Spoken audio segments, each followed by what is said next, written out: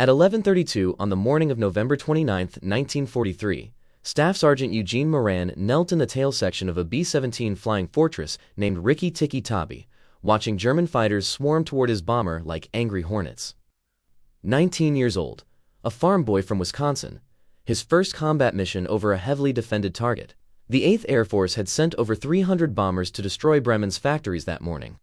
German defenders had already shot down 6 flying fortresses in the first hour. Moran's position was the loneliest on the aircraft. The tail gunner sat on a bicycle-style seat at the very back of the bomber, separated from the rest of the crew by 40 feet of fuselage. His only company was a pair of 50 caliber machine guns and the German fighters trying to kill him. The B-17 carried 10 men, pilot and co-pilot in the cockpit, navigator and bombardier in the nose, flight engineer in the top turret, radio operator behind the bomb bay, 2 waist gunners standing at open windows, ball turret gunner hanging beneath the aircraft in a glass sphere, and Moran, alone in the tail. The tail gunner's job was simple: protect the bomber's most vulnerable angle. German pilots had learned early in the war that attacking from directly behind a B-17 put them in the firing arc of only one man, the tail gunner. By November 1943, the 8th Air Force was losing bombers at a catastrophic rate. The mission to Schweinfurt 2 months earlier had cost 60 flying fortresses in a single day. 600 men killed or captured in one afternoon. Bomber crews called deep missions into Germany milk runs to hell. The mathematics of survival were brutal. A bomber crew had to complete 25 missions to go home. Statistical analysis showed the average crew lasted 15 missions. Some groups were losing half their aircraft every month. Moran had enlisted the day he turned 18. Growing up on a dairy farm near Soldiers Grove, Wisconsin, he had watched aircraft pass overhead and dreamed of flying. The Army Air Forces needed gunners, young men with quick reflexes and steady nerves, farm boys who knew how to shoot. Gunnery training taught him to track fast-moving targets while compensating for wind, altitude, and the speed of his own aircraft. He learned to fire in short bursts to prevent his barrels from overheating.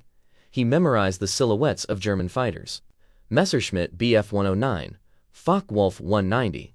He could identify them at 2,000 yards. But training could not prepare anyone for the reality of combat over Germany. The cold at 24,000 feet dropped to 40 degrees below zero. Frostbite claimed fingers and toes. The thin air made every movement exhausting, and the German fighters came in waves, firing 20mm cannons that could tear through aluminum like paper. Rikki Tikki Tavi had taken off from Snetterton Heath in England that morning as part of the 96 Bomb Group. The target was Bremen, an industrial city on the Weser River. Shipyards, aircraft factories, submarine pens, one of the most heavily defended cities in Germany. The bomber formations had crossed the North Sea in tight defensive boxes, each B-17 positioned to provide overlapping fields of fire. The theory was simple: pack the bombers close together so their combined firepower could drive off enemy fighters. The reality was that a direct hit on one aircraft often damaged those flying beside it. Bremen's anti-aircraft defenses opened fire as the formations approached. Black bursts of flak filled the sky. The bombers could not maneuver. They had to fly straight and level for the bomb run. Shrapnel tore through wings and fuselages. Moran watched a B-17 in the formation ahead take a direct hit. It folded in half and dropped from the sky. Rikki Tikki Tavi released its bombs over the target, 4,000 pounds of high explosives tumbling toward the factories below. Mission accomplished. Now they just had to survive the flight home. If you want to see how Moran's mission turned out, please hit that like button. It helps us share more forgotten stories like this one. Subscribe if you haven't already. Back to Moran. The bomber formation began its turn toward England. 200 miles of hostile airspace between them and safety. That was when Rikki Tikki Tavi's No. 2 engine took a direct hit from flak. The propeller windmilled uselessly. The aircraft began losing speed. A damaged bomber falling behind the formation was a death sentence. German fighter pilots watched for stragglers. A lone B-17, without the protection of mass defensive fire, was easy prey. Moran saw them coming. A dozen Messerschmitts climbing from below. Another group of Focke-Wulfs diving from above. Rikki Tikki Tavi was about to fight alone against overwhelming odds. And in the tail gunner's position, Eugene Moran would be their first target. The first Messerschmitt came in from the 6 o'clock low position, directly behind and beneath the bomber. Moran pressed his shoulders against the steel chessboard behind him and squeezed the triggers. His twin .50 calibers roared to life. Tracer rounds streaked toward the diving fighter. The German pilot broke off his attack and rolled away. But there were more. Many more. The Focke-Wulfs attacked in pairs. One would draw the gunner's attention, while the other lined up a killing shot. Moran swung his guns from target to target. Spent brass casings piled up around his knees. The smell of cordite filled the cramped compartment.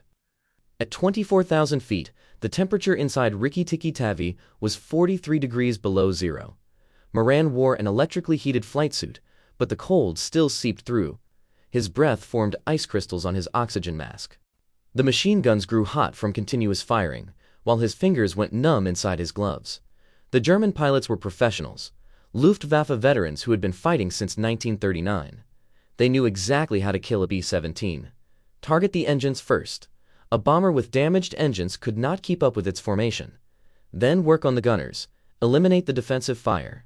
Finally, pour cannon rounds into the fuselage until something vital broke. Moran heard the impacts before he felt them. 20mm cannon shells punching through aluminum. The sound of tearing metal. Somewhere forward, one of the waist gunners stopped firing. Then the other. The intercom filled with static and fragments of voices. Moran could not tell who was speaking or what they were saying. The bomber shuddered as more rounds struck home. He kept firing. There was nothing else he could do. A Focke-Wulf came in from the 4 o'clock position. Moran swung his guns and pressed the triggers. The fighter's wing disintegrated. It spiraled downward, trailing black smoke. His first confirmed kill. He did not have time to celebrate. Cannon rounds ripped through the tail section. Moran felt something slam into his left forearm, then his right. Both arms had been hit. Blood soaked through his flight suit sleeves. The pain was immediate and intense, but his hands still worked. He could still grip the triggers. More impacts. The vertical stabilizer above him took multiple hits. Control cables snapped and whipped through the air. The tail section began vibrating violently. Something was very wrong with the aircraft. Moran glanced down at his parachute. Every airman wore one. The silk canopy packed into a canvas container strapped to his chest. If the bomber went down, the parachute was his only chance of survival. He saw holes in the fabric. Multiple holes. Cannon rounds had shredded it. His parachute was useless. If he had to bail out, he would fall 4 miles to his death. The attack continued. German fighters made pass after pass. Moran counted at least 15 of them circling the crippled bomber. Rikki Tikki Tavi was bleeding altitude and speed. The remaining engines strained to keep the aircraft airborne. Forward, in the nose section, navigator Jesse Orison was still alive. He had been wounded but remained conscious. The pilot and co-pilot were both dead at the controls. The flight engineer was dead in his turret. The radio operator was dead. The ball turret gunner was dead. The waist gunners were dead. Of the 10 men who had taken off from England that morning, only 2 were still breathing. Orison in the nose, Moran in the tail. 40 feet of shattered fuselage between them. Another cannon round struck the bomber. This one hit something critical. Moran felt the aircraft lurch. A grinding sound echoed through the airframe. The vibration intensified until his teeth rattled. Then came a sound he would never forget. The shriek of tearing aluminum. The scream of structural failure. Rikki Tikki Tavi was breaking apart. The fuselage split just forward of the tail section. Moran watched the front of the aircraft separate and fall away. The wings, the engines, the cockpit, the bodies of his crewmates, all of it, tumbling toward the German countryside 4 miles below. He was alone now, trapped in a severed tail section, wounded in both arms, his parachute destroyed, 24,000 feet above enemy territory, falling. The laws of physics offered no mercy. Terminal velocity for a human body is approximately 120 miles per hour. The tail section of a B-17 weighs several thousand pounds. It would fall faster. Much faster. Eugene Moran had perhaps 90 seconds to live. The severed tail section tumbled through the sky. It spun end over end, throwing Moran against the walls of his compartment. His wounded arms screamed with pain. Blood sprayed across the interior. The wind howled through the torn fuselage where the rest of the aircraft had been. Moran should have been paralyzed with fear. He should have curled into a ball and waited for death. Instead, he did something that defied all logic. He kept fighting. The German fighters were still circling. They saw the tail section falling and moved in for a closer look. Perhaps they wanted to confirm the kill. Perhaps they were curious. Whatever their reason, they made a fatal mistake. They flew within range of a wounded tail gunner who refused to die.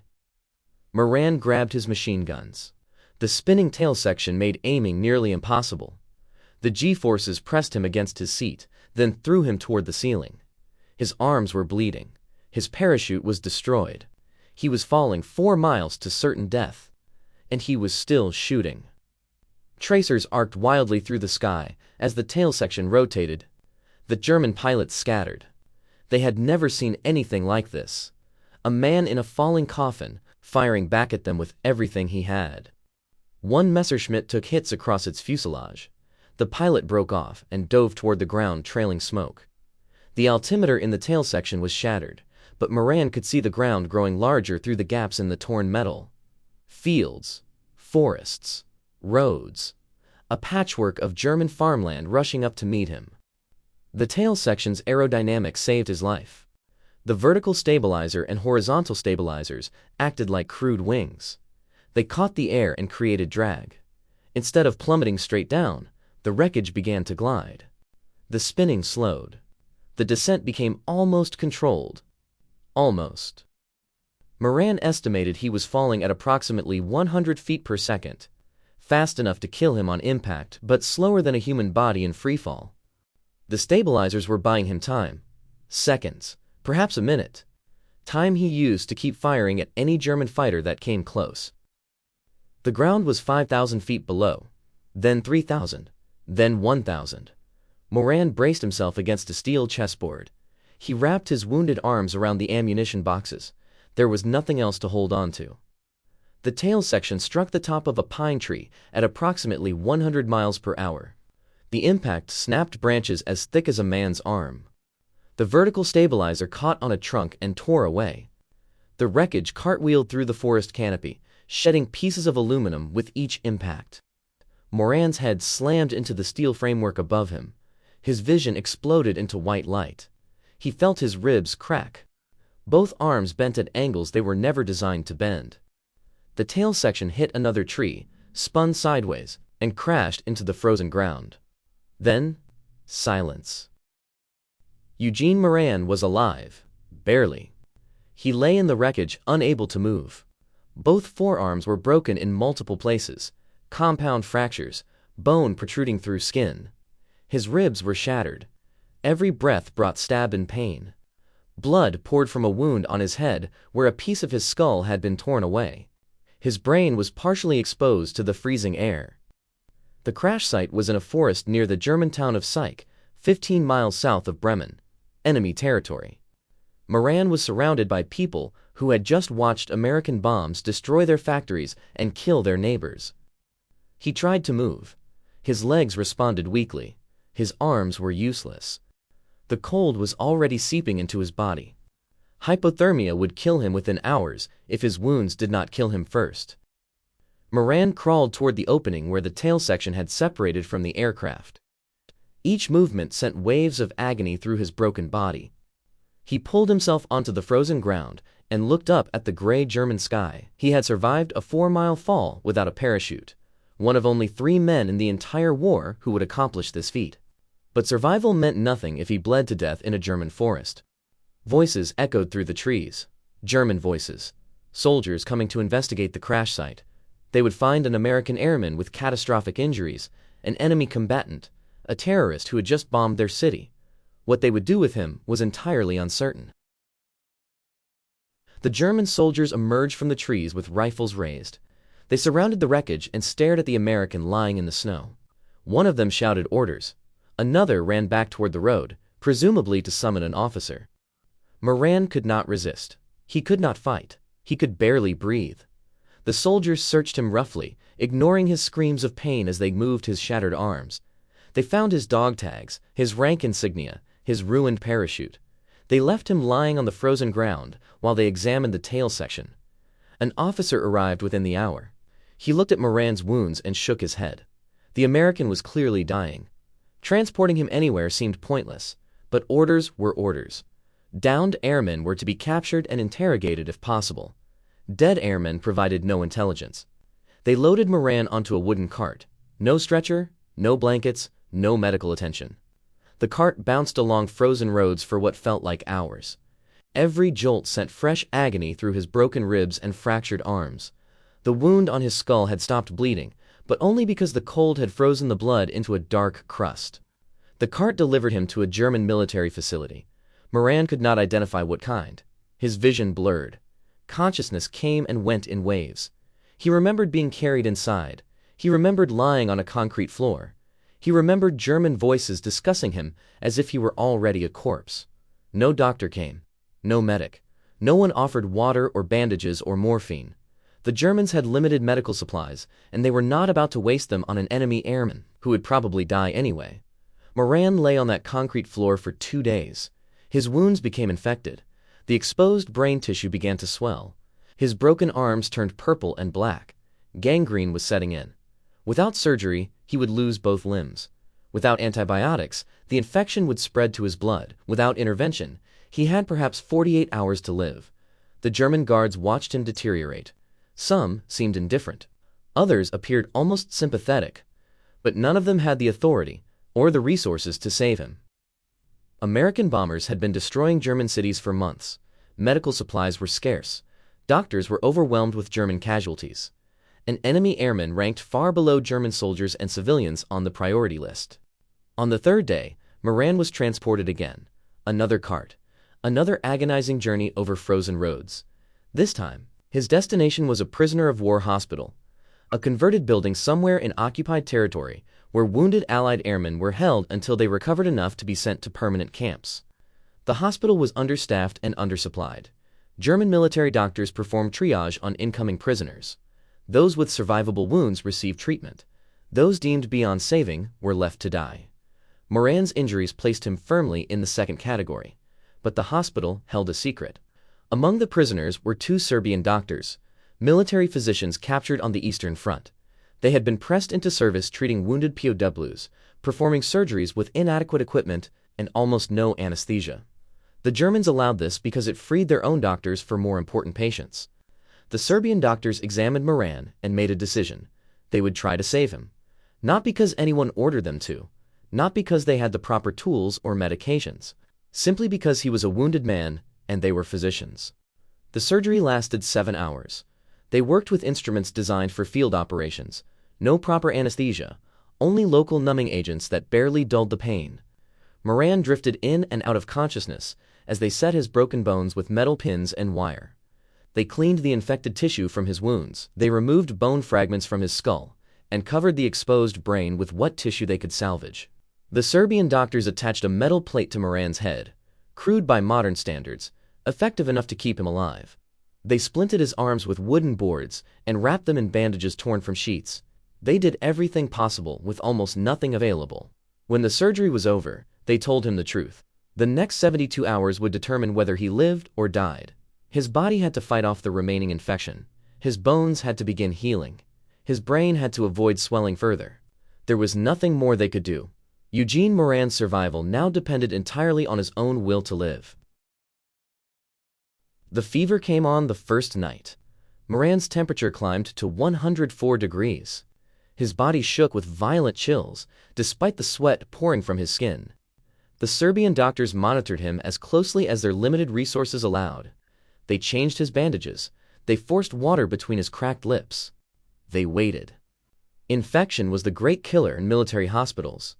Antibiotics existed, but were almost impossible to obtain in a German POW facility. The doctors had cleaned Moran's wounds as thoroughly as they could, but bacteria had already entered his bloodstream. His immune system was fighting a war inside his own body. The second night was worse. Moran slipped into delirium. He called out for his mother. He screamed warnings to crewmates who were already dead.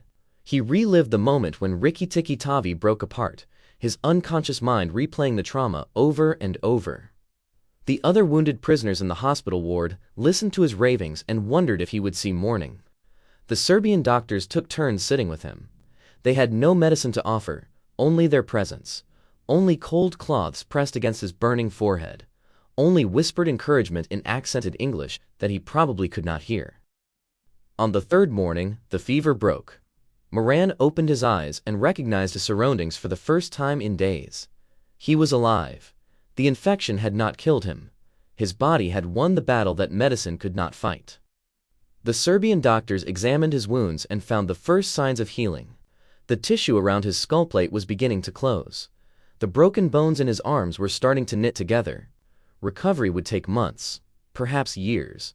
The damage to his body was extensive. But Eugene Moran was going to survive. Word spread through the hospital.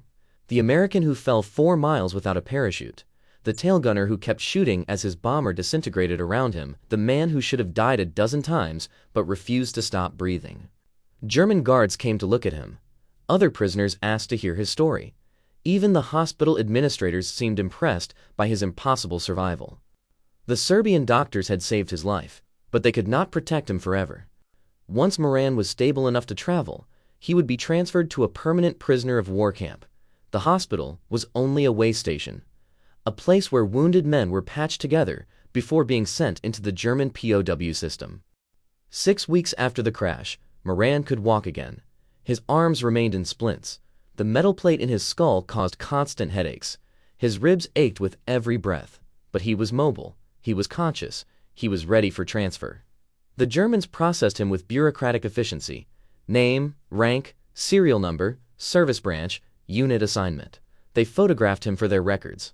A thin young man with hollow cheeks and bandaged arms, staring into the camera with eyes that had seen too much. His first permanent camp was Stalag Luft 4 in Pomerania, a compound specifically designed to hold captured Allied airmen. Barbed wire fences, guard towers with machine guns, wooden barracks that offered little protection against the brutal Eastern European winter. Thousands of American and British airmen filled the camp. Pilots, navigators, bombardiers, gunners. Men who had been shot down over Germany and occupied Europe. Some had been prisoners for years. Others had arrived only weeks before Moran. All of them shared the same fate: captivity until the war ended or they died. Moran found a strange community behind the wire. Prisoners organized themselves into units. They maintained military discipline. They created libraries from donated books. They held classes in everything from mathematics to foreign languages. They built secret radios to monitor BBC broadcasts. They planned escapes that rarely succeeded. The camp provided minimal rations: thin soup, black bread, occasionally potatoes or turnips. Red Cross packages supplemented the diet when they arrived, but deliveries were unpredictable. Most prisoners lost 20 or 30 pounds during their captivity. Some lost more. Moran's body continued healing. His arms regained function, though they would never be as strong as before. The headaches from his skull injury became less frequent. The nightmares about the crash never stopped. He was alive. He was surviving. But 17 months of captivity still stretched ahead of him. And the worst was yet to come. In the summer of 1944, the Germans transferred Moran to a new facility. The journey took him across occupied Poland in a cattle car packed with 60 prisoners. No room to sit, no sanitation, no food for 3 days. Men collapsed against each other and prayed for the train to stop. The destination was another camp, then another. Over the following months, Moran passed through 4 different POW facilities as the Germans shuffled prisoners across their shrinking empire. Each transfer brought new hardships, new guards, new diseases, new ways to suffer. The worst came in the autumn of 1944, the Hell Ship. German authorities decided to move several hundred Allied prisoners across the Baltic Sea. The vessel was an aging freighter, never designed to carry human cargo.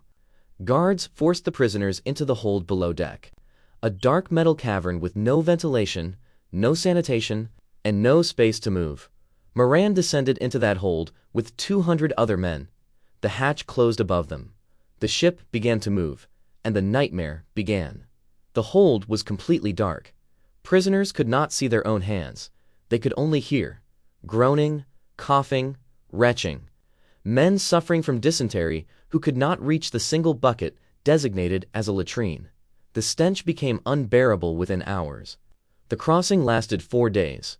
Prisoners died in that hold. Their bodies remained among the living because there was nowhere else to put them.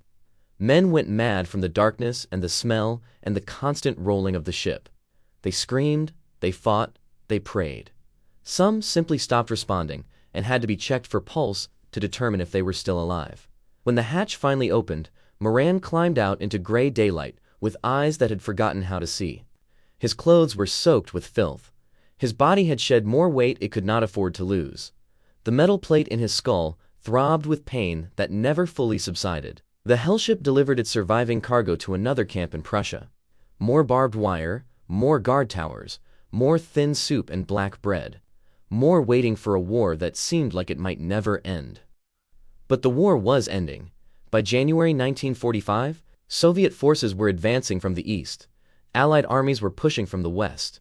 Germany was being crushed between two unstoppable forces. The prisoners could hear distant artillery. They could see German guards growing nervous. Something was about to change. On February 6, 1945, the change came. Soviet troops were approaching the camp. German commanders ordered an immediate evacuation. All prisoners would march west on foot. Destination unknown. Duration unknown. Refusal meant execution. The prisoners assembled in the frozen compound. Temperatures had dropped to 20 degrees below zero. Many men had no winter coats, no gloves, no proper boots. They had been surviving on starvation rations for months, and now they were expected to walk across Germany in the coldest winter in decades. The column stretched for miles. Thousands of Allied airmen trudging through snow and ice. German guards marched alongside with rifles ready. Anyone who fell behind would be shot. Anyone who tried to escape would be shot. The message was clear: walk or die. Moran had survived a 4-mile fall from the sky. He had survived catastrophic injuries. He had survived crude surgery and raging infection. He had survived the hellship. Now he faced 600 miles of frozen roads with a body that had never fully healed. The march would later become known as the Black March, one of the longest forced marches of Allied prisoners in European history. 86 days of walking through blizzards and freezing rain, sleeping in barns filled with animal waste, drinking from ditches contaminated with human sewage, eating whatever could be stolen or scavenged from the devastated countryside. An estimated 1,500 American and British airmen died during the Black March. Pneumonia, dysentery, typhus, frostbite that turned to gangrene. Bullets from guards who decided a straggler was not worth waiting for. Eugene Moran put one foot in front of the other and refused to stop. Behind him lay 17 months of captivity. Ahead lay an uncertain number of miles through enemy territory. Somewhere beyond that, if he could survive long enough, lay freedom. The Black March ground forward through February and March of 1945. Prisoners walked 15 to 20 miles each day through snow that sometimes reached their knees. They slept in frozen barns or on open ground. They ate raw potatoes stolen from fields and drank melted snow because the streams were contaminated. Moran's body protested every step. His arms had healed improperly and ached in the cold. The metal plate in his skull conducted the freezing temperatures directly into his brain. His ribs had never fully recovered from the crash. Every breath of frigid air reminded him of the injuries he had sustained 17 months earlier. Men died around him daily. Some collapsed in the snow and never got up. Others developed fevers that consumed them within hours. Guards shot prisoners who could not keep pace. The column left a trail of bodies across the German countryside like markers on a map of suffering. But Moran kept walking. He had not survived a 4-mile fall to die on a frozen road. He had not endured the hellship to surrender to exhaustion. Something inside him refused to quit. The same stubborn determination that had kept him firing his machine guns as Rikki Tikki Tavi disintegrated around him. By April, the column had covered nearly 500 miles. The prisoners could hear Allied artillery growing louder each day. American and British forces were closing in from the west. Soviet armies were advancing from the east. Germany was collapsing. Liberation was coming. On April 26, 1945, the march ended. American soldiers from the 104th Infantry Division intercepted the column near the Elbe River. The German guards threw down their weapons and surrendered. The prisoners stood in stunned silence, unable to process what was happening. After years of captivity, after months of marching, after countless moments when death seemed certain, they were free. Moran weighed 93 pounds. He He had entered the Army at 150. The crash, the surgeries, the camps, the hellship, and the march had stripped away nearly 40% of his body weight. He looked like a skeleton wrapped in skin, but he was alive. Medical personnel rushed to treat the liberated prisoners. Many required immediate hospitalization. Typhus had spread through the column during the march. Pneumonia was rampant. Frostbite had claimed fingers and toes that would need amputation. The doctors worked around the clock to stabilize men who had been systematically starved and brutalized for months or years. The Army processed Moran's case with growing astonishment. His service record documented the impossible. Shot down over Bremen on November 29, 1943. Aircraft destroyed by enemy action. Fell 24,000 feet in severed tail section without functional parachute. Survived impact. Captured by enemy forces. Held as prisoner of war for 17 months. Survived forced march of approximately 600 miles. Military historians would later confirm that only 3 Allied airmen in the entire Second World War survived falls of comparable distance without parachutes. Eugene Moran was one of them. The other 2 had similar stories of wreckage riding, where pieces of destroyed aircraft slowed their descent enough to make survival possible. All 3 cases were considered miraculous. The Army awarded Moran 2 Purple Hearts for the wounds he sustained during the attack on his bomber. 1 for each arm shattered by German cannon fire. They gave him the Air Medal with Oak Leaf Cluster for his service with the 8th Air Force. They gave him the European Theater Medal and the Good Conduct Medal. They gave him an honorable discharge on December 1, 1945. The 96th Bomb Group had lost 938 men during the war, 206 aircraft destroyed, thousands of missions flown over the most heavily defended targets in Europe. Moran's survival was a statistical anomaly in an organization defined by catastrophic losses. News of his fall had spread even during the war. Radio operators had intercepted German broadcasts describing an American who fell 4 miles and lived. The story reached Wisconsin, where Moran's family had spent months not knowing if he was alive or dead. Anonymous letters arrived describing what the radio operators had heard. Hope mixed with uncertainty, until official confirmation finally came. Staff Sergeant Eugene Moran returned to Soldiers Grove, Wisconsin in late 1945. The farm boy who had dreamed of flying while watching planes pass overhead. The tail gunner who fell from the sky and refused to die. He was 21 years old. He had aged decades. The question now was whether he could build a life after everything he had endured. Eugene Moran married Margaret Finley a few months after returning to Wisconsin. She was a local girl who had known him before the war. She saw past the physical scars and the hollow eyes and the nightmares that woke him screaming in the darkness. She saw the man underneath the damage. They built a life together on a small farm near Soldiers Grove, the same landscape where Moran had grown up watching airplanes pass overhead and dreaming of flight. Now those dreams had been replaced by memories he could never fully escape.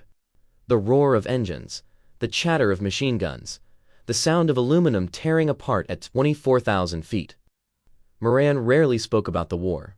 Not to his wife, not to his 9 children, not to anyone who asked. The experiences were too painful, the losses too profound. 8 of his crewmates had died on Rikki Tikki Tavi. Countless friends had perished in the camps and on the march. Talking about it meant reliving it, so he stayed silent for more than 60 years. The physical wounds never fully healed. The metal plate in his skull caused headaches for the rest of his life. His arms remained weak and prone to pain in cold weather. His ribs ached when storms approached. His body carried the evidence of November 29, 1943, until his final breath. But Moran lived. He raised his family, he worked his farm, he attended church on Sundays, and watched his grandchildren grow. He outlived most of his fellow prisoners and nearly all of his fellow crewmen. The farm boy who should have died a dozen times over, instead, lived to see the 21st century. In 2007, more than 6 decades after the war ended, the Wisconsin Board of Veterans Affairs created a new honor, the Veteran Lifetime Achievement Award. They chose Eugene Moran as the first recipient. Finally, eventually, his state recognized what he had endured and what he had survived. The award ceremony brought attention to his story. Journalists interviewed him, historians documented his account. A local teacher named John Armbruster became fascinated by the tale and began conducting extensive interviews with Moran and his family. The silence of 60 years finally broke. Armbruster spent years researching every detail: military records, German archives, interviews with surviving witnesses. The project would eventually become a book called Tailspin, published in 2022, a complete account of the farm boy who fell 4 miles and lived. On October 18, 2008, the town of Soldiers Grove honored Moran by naming a street after him, Eugene Moran Way, a permanent marker in the community where he was born, where he returned after the war, and where he spent the rest of his life. The other survivor of Rikki Tikki Tavi also returned home. Navigator Jesse Orison had bailed out of the forward section before the bomber broke apart. He spent the rest of the war as a prisoner alongside thousands of other Allied airmen. His testimony confirmed Moran's account and helped establish the historical record of that November morning over Bremen. Eugene Moran died on March 23, 2014. He was 89 years old. 7 decades had passed since the day German flak cut his bomber in half and sent him tumbling 4 miles toward the earth. 7 decades since he kept firing his machine guns while the world spun around him. 7 decades since Serbian doctors saved his life with crude tools and impossible skill. His obituary noted that he lived by a simple philosophy: "I would rather wear out than rust out." The words of a man who refused to surrender. To the Germans, to his injuries, to the march, to the silence that followed. The tail gunner position on a B-17 was the loneliest spot on the aircraft. Separated from the crew, first target for enemy fighters, last to know if the bomber was going down. Eugene Moran occupied that position on November 29, 1943, and when his aircraft disintegrated around him, he did not crow up and wait for death. He kept shooting all the way down. If this story moved you the way it moved us, do me a favor. Hit that like button. Every single like tells YouTube to show this story to more people. Hit subscribe and turn on notifications. We rescue forgotten stories from dusty archives every single day. Stories about tail gunners who fell from the sky. Farm boys who refused to die. Real people. Real heroism. Drop a comment right now and tell us where you are watching from. Are you watching from the United States? United Kingdom? Canada? Australia? Our community stretches across the entire world. You are not just a viewer. You are part of keeping these memories alive. Tell us your location. Tell us if someone in your family served. Just let us know you are here. Thank you for watching. And thank you for making sure Eugene Moran does not disappear into silence. These men deserve to be remembered, and you are helping make that happen.